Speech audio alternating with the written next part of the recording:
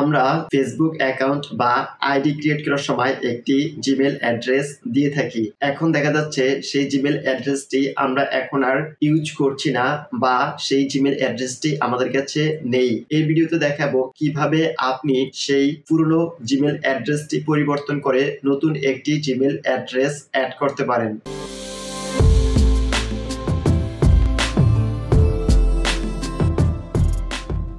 পুরাতন জিমেল অ্যাড্রেসটি পরিবর্তন করে নতুন একটি জিমেল অ্যাড্রেস অ্যাড করার জন্য ফেসবুকটি ওপেন করে নেব। দেন উপরে কর্নারে এই 3 লাইনের উপরে ক্লিক করব। 3 লাইনে ক্লিক করার পর আপনার ফেসবুকে যদি একাধিক আইডি লগ ইন করা থাকে তাহলে সেখান থেকে আপনি আপনার যেই ফেসবুক আইডিটির জিমেল অ্যাড্রেস পরিবর্তন করতে চান সেই ফেসবুক অ্যাকাউন্টটি সিলেক্ট করে নেবেন। দেন এখানে যে সেটিংস আইকনটি রয়েছে এটির উপরে ক্লিক করবেন। এখন পার্সোনাল ডিটেইলস এটির উপরে ক্লিক করবেন। দেন আবার পার্সোনাল ডিটেইলস এটির উপরে ক্লিক করবেন। এখন কন্ট্যাক্ট ইনফো এটির উপরে ক্লিক করে দেবেন। এখানে আপনি আপনার ফেসবুক অ্যাকাউন্ট বা আইডিটি ক্রিয়েট করার সময় যে জিমেল অ্যাড্রেস দিয়েছেন সেই জিমেল অ্যাড্রেসটি এখানে দেখাবে। এখান থেকে অ্যাড নিউ কন্ট্যাক্ট এটির উপরে ক্লিক করে দেবেন। দেন অ্যাড ইমেল অ্যাড্রেস এটির উপরে ক্লিক করে দেবেন। এখন আপনি আপনার ফেসবুক আইডিতে যেই নতুন জিমেল অ্যাড্রেসটি অ্যাড করতে চান সেই জিমেল অ্যাড্রেসটি এখানে দিয়ে দিবেন।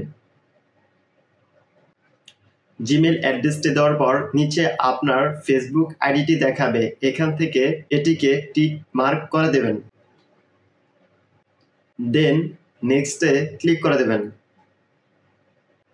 এখন এখানে আপনি যে নতুন জিমেল অ্যাড্রেসটি দিয়েছেন সেই জিমেল অ্যাড্রেসটিতে ফেসবুক থেকে একটি কনফার্মেশন কোড পাঠাবে, সেই কোডটি এখানে দিয়ে দিবেন।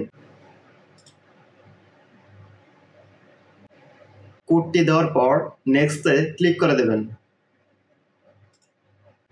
দেন ক্লোজে ক্লিক করে দেবেন। দেখুন এখানে নতুন জিমেল অ্যাড্রেস অ্যাড হয়ে গিয়েছে। এখন আপনি যদি চান যে আপনার পুরনো জিমেল অ্যাড্রেসটি ডিলিট করে ফেলবেন তাহলে কিভাবে ডিলিট করবেন এটি দেখাবো। পুরনো জিমেল অ্যাড্রেসটি ডিলিট করার জন্য জিমেলটির উপরে ক্লিক করবেন। দেন ডিলিট ইমেল অ্যাড্রেস এটির উপরে ক্লিক করবেন। দেন ডিলিটে ক্লিক করে দেবেন। এখন ক্লোজে ক্লিক করে দেবেন। দেখুন এখানে আমার পুরনো জিমেল অ্যাড্রেসটি ডিলিট হয়ে গিয়েছে এবং নতুন জিমেল অ্যাড্রেসটি আমার ফেসবুক অ্যাকাউন্ট বা আইডিতে অ্যাড রয়েছে। এই ছিল ভিডিওটি ভালো লেগে থাকলে ভিডিওতে একটি লাইক দিবেন, কমেন্ট করবেন এবং চ্যানেলটি সাবস্ক্রাইব করবেন।